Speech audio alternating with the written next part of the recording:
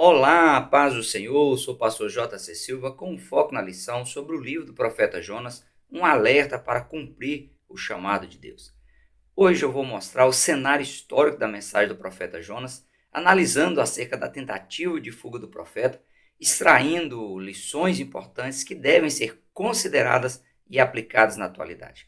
Se inscreva ou reinscreva no canal, acione aí o sininho para você receber as notificações sempre que houver um novo vídeo. Compartilhe o vídeo nas suas redes sociais, registre o seu feedback com seus comentários e, ao final, deixe o seu joinha ou o seu não joinha. Conto contigo aí nas suas interações, pois elas é que classificam os vídeos como interessantes e os impulsiona a aparecer nas pesquisas e também nas sugestões de vídeos. Faça seu investimento financeiro no meu ministério através do Pix e-mail jcsilvagna@gmail.com. Deus é quem te recompensará de forma transbordante. O textuário da lição bíblica de hoje está em Jonas, capítulo 2, versículo 2, a parte A, que diz: E disse, na minha angústia, clamei ao Senhor, e Ele me respondeu. Como verdade aplicada, o pastor Antônio Paulo Antunes, ele frisa que, mesmo que pareça absurdo ou diferente do que pensamos, devemos ser obedientes ao chamado divino. O texto de referência está em Jonas capítulo 1, versículo 1 a 3 e também no versículo 8, onde consta o comissionamento divino para que o profeta Jonas fosse a Nínive, a época capital do Império Assírio, para anunciar a sua destruição. Relata também a tentativa de fuga do profeta e o questionamento dos marinheiros a Jonas do porquê Deus havia enfurecido o mar contra eles.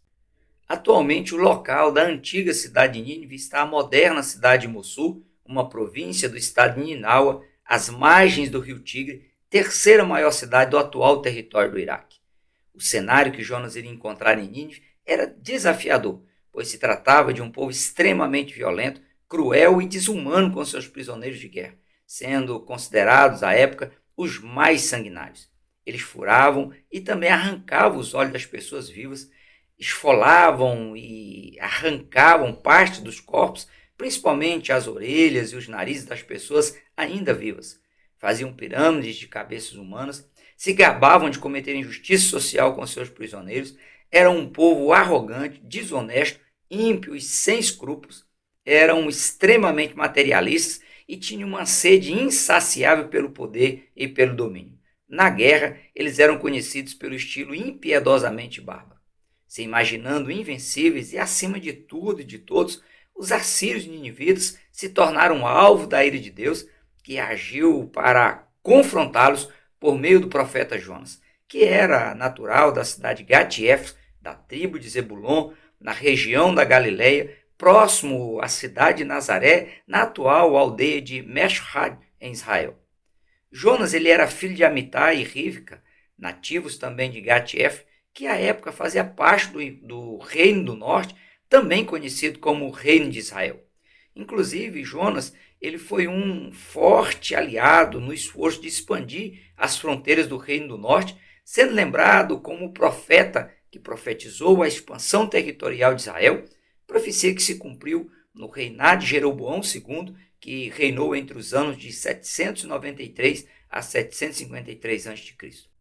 Além de ser a pessoa ideal para cumprir aquela missão, por ser profeta de Yahvé Elohim, o Senhor Todo-Poderoso, e eu vou entrar na questão se Deus respeitou ou não o livre-arbítrio de Jonas no tópico 2.1, Jonas também, ele vivia em uma cidade cujos costumes pagãos eram totalmente avessos aos costumes instituídos e exigidos por Deus do seu povo Israel.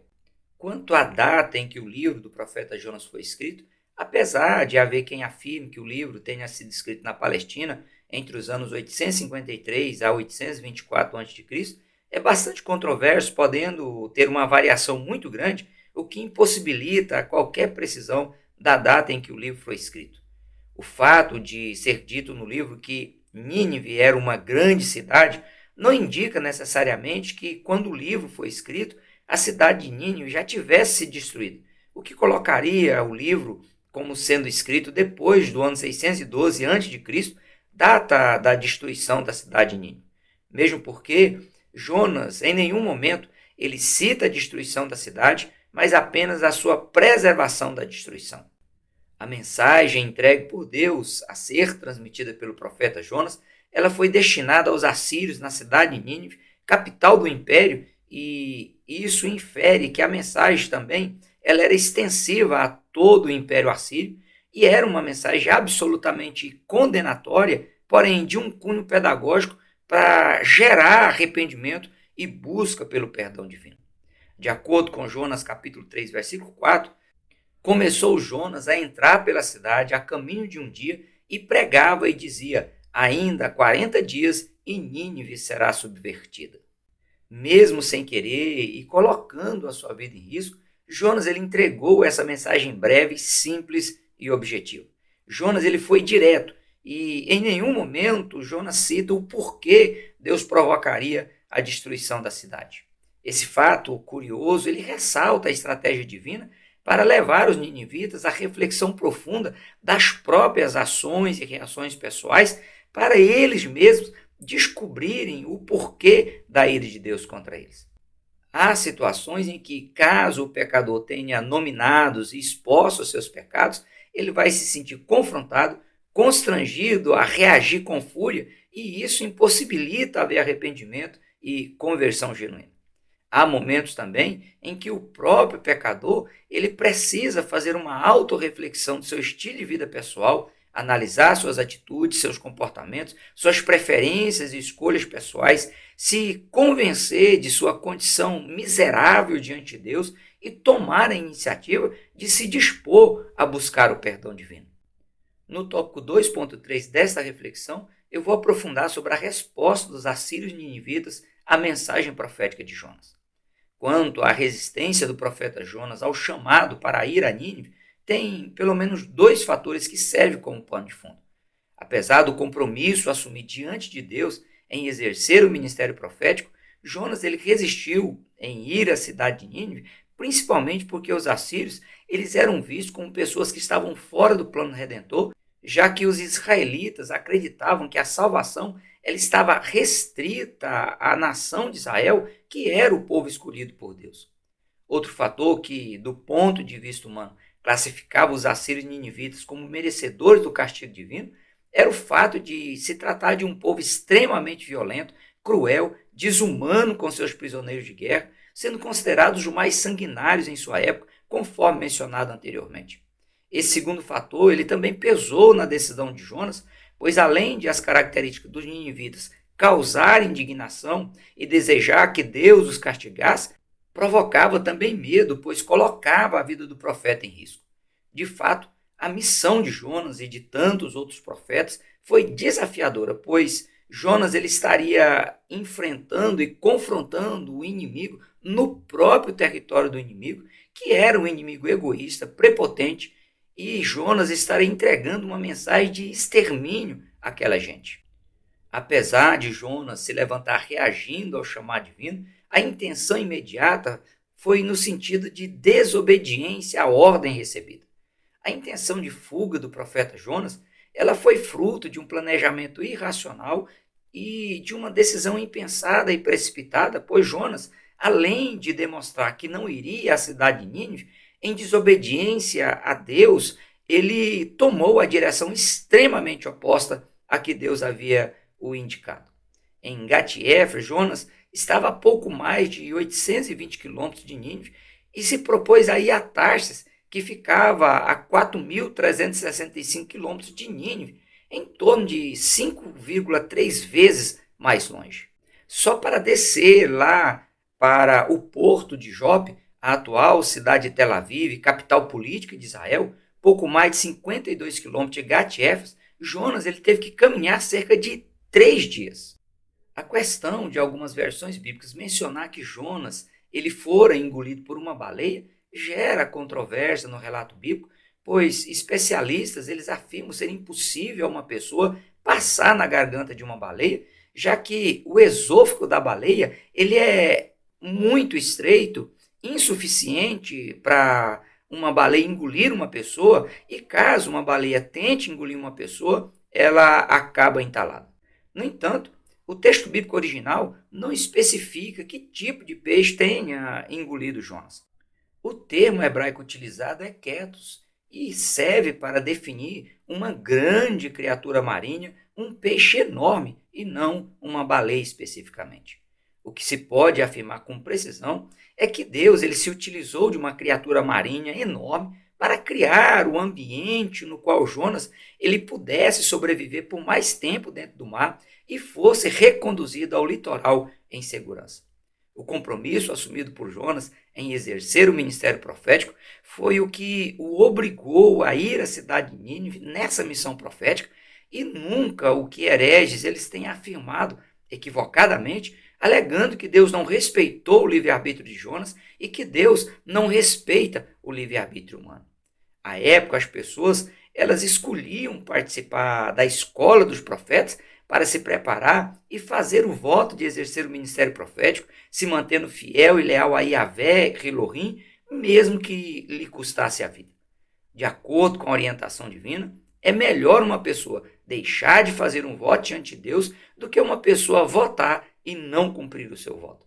Ao fazer um voto diante de Deus, a pessoa ela se torna devedora e tem que pagar o seu voto à semelhança de uma pessoa que, ao empenhar a sua palavra, se tornando fiador de alguém, pode ficar sem o seu conforto pessoal para quitar a dívida fruto da palavra empenhada.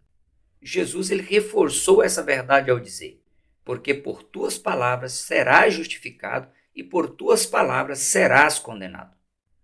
Portanto, da mesma forma que é preciso cautela ao fazer um voto e, se fizer o voto, deve se empenhar em cumpri-lo, é preciso cautela para não dizer o que a Bíblia não diz, é preciso cuidado para não cair na tentação de isolar textos bíblicos do contexto geral das Escrituras com o objetivo escuso e, às vezes, até egoísta de embasar teorias e heresias humanas. Dentro do tempo que Deus deu a Jonas, Jonas ele repensou sua vida e também o seu voto ministerial, se reposicionou e, arrependido, ele orou a Deus, deixando posteriormente registrado: na minha angústia clamei ao Senhor e ele me respondeu. Do ventre do inferno gritei e tu ouviste a minha voz. Eu te oferecerei sacrifício com a voz do agradecimento, o que voltei e pagarei. Do Senhor vem a salvação. Falou, pois, o Senhor ao peixe, e ele vomitou a Jonas na terra.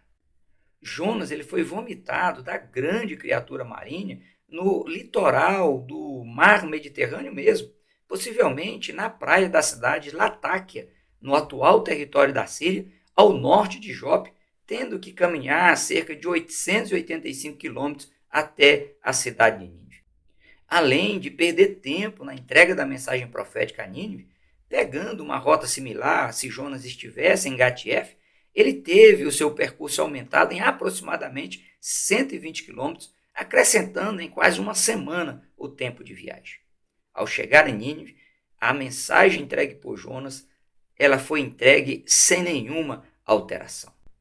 O método pedagógico utilizado por Deus para levar os próprios cidadãos assírios na cidade de Nínive a uma autorreflexão pessoal e perceberem que eram miseráveis pecadores, merecedores da ira divina, cuja destruição só seria evitada se houvesse genuíno arrependimento, surtiu o efeito esperado, pois, seguindo o exemplo do rei, o povo entendeu que o prazo determinado por Deus de 40 dias, na verdade, era um período probatório para que houvesse o reposicionamento espiritual dos ninivitas e, numa atitude de arrependimento, eles buscassem o perdão divino.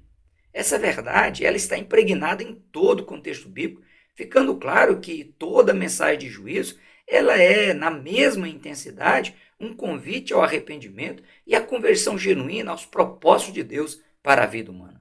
Os homens de Nínive creram em Deus e proclamaram o jejum e vestiram-se de pano de saco, desde o maior até o menor, porque esta palavra chegou ao rei de Nínive e levantou-se do seu trono e tirou de si as suas vestes e cobriu-se de pano de saco e assentou-se sobre a cinza.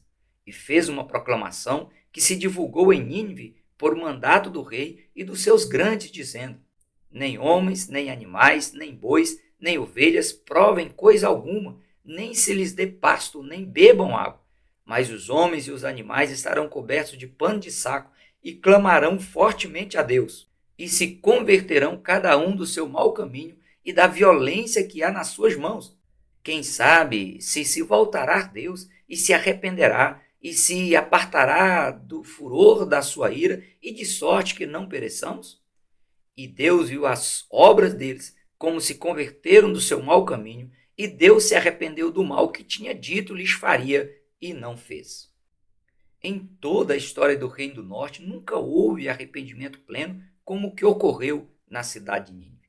Pelo contrário, desde o reinado de Jeroboão I até o reinado de Oséias, 19 reis, ao longo de 209 anos, os israelitas insistiram em fazer o que era mal aos olhos do Senhor. Por isso, o Reino do Norte foi destruído no ano 722 a.C.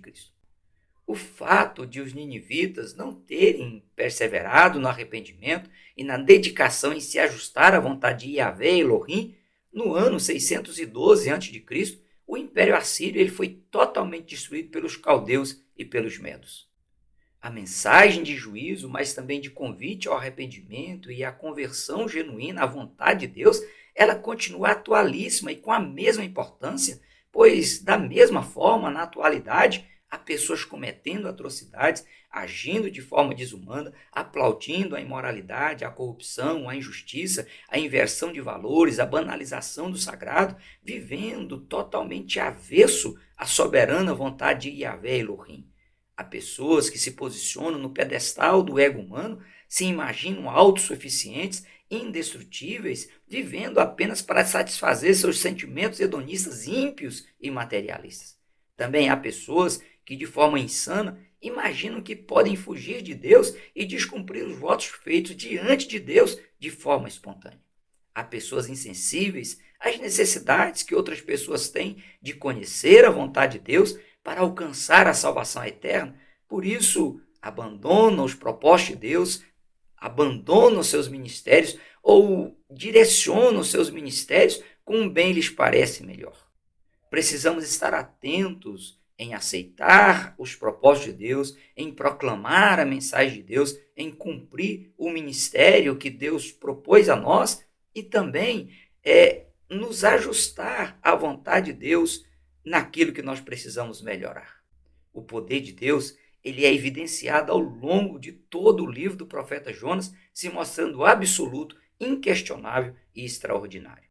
O poder de Yahvé Elohim o condicionou a se inquietar e agir contra a maldade cometida pelos assírios em Nínive, levantou uma grande tempestade para tirar Jonas da sua zona de conforto quando ele tentava fugir dos propósitos de Deus e depois fez com que a tempestade acalmasse.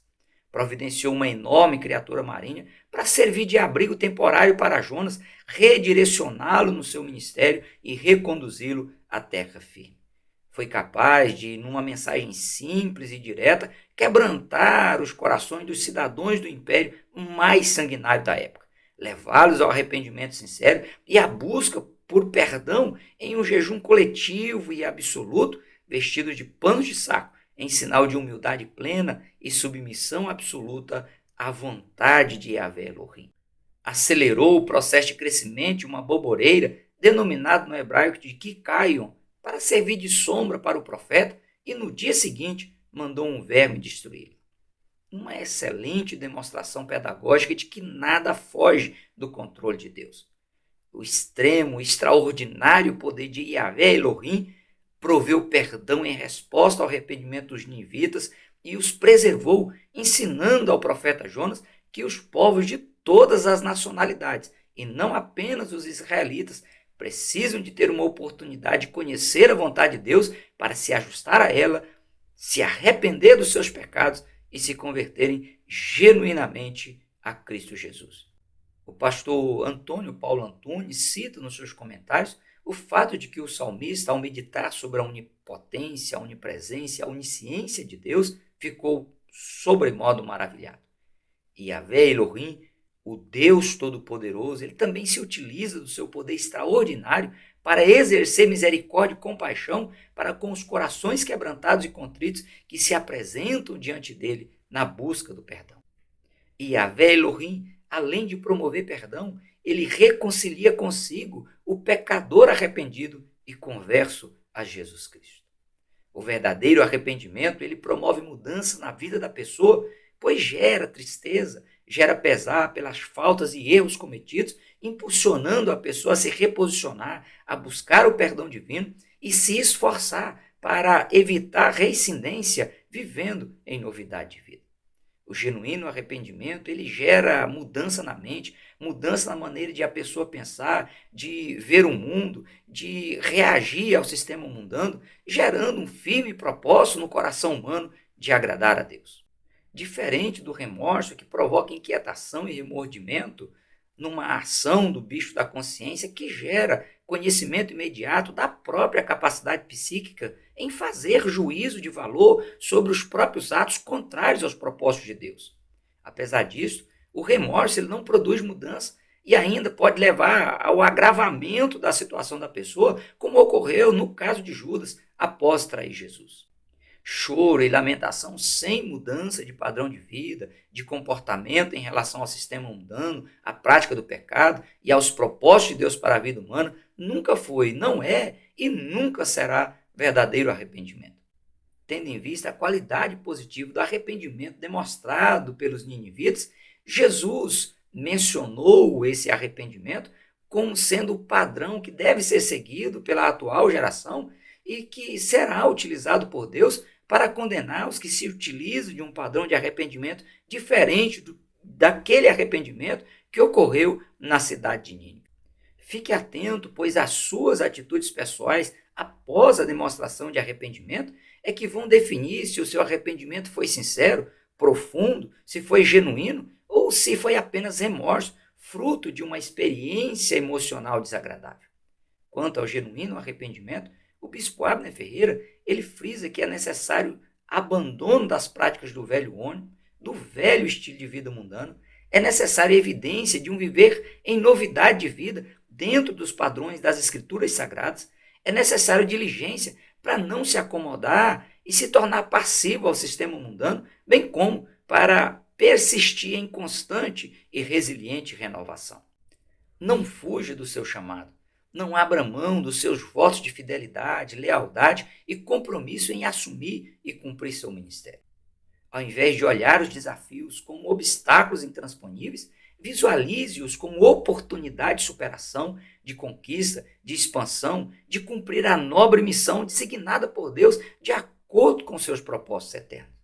Assim como Jonas, você pode até tomar a iniciativa de renunciar ou descumprir os seus votos feitos diante de Deus. No entanto, é preciso estar consciente de que haverá consequências que deverão ser arcadas.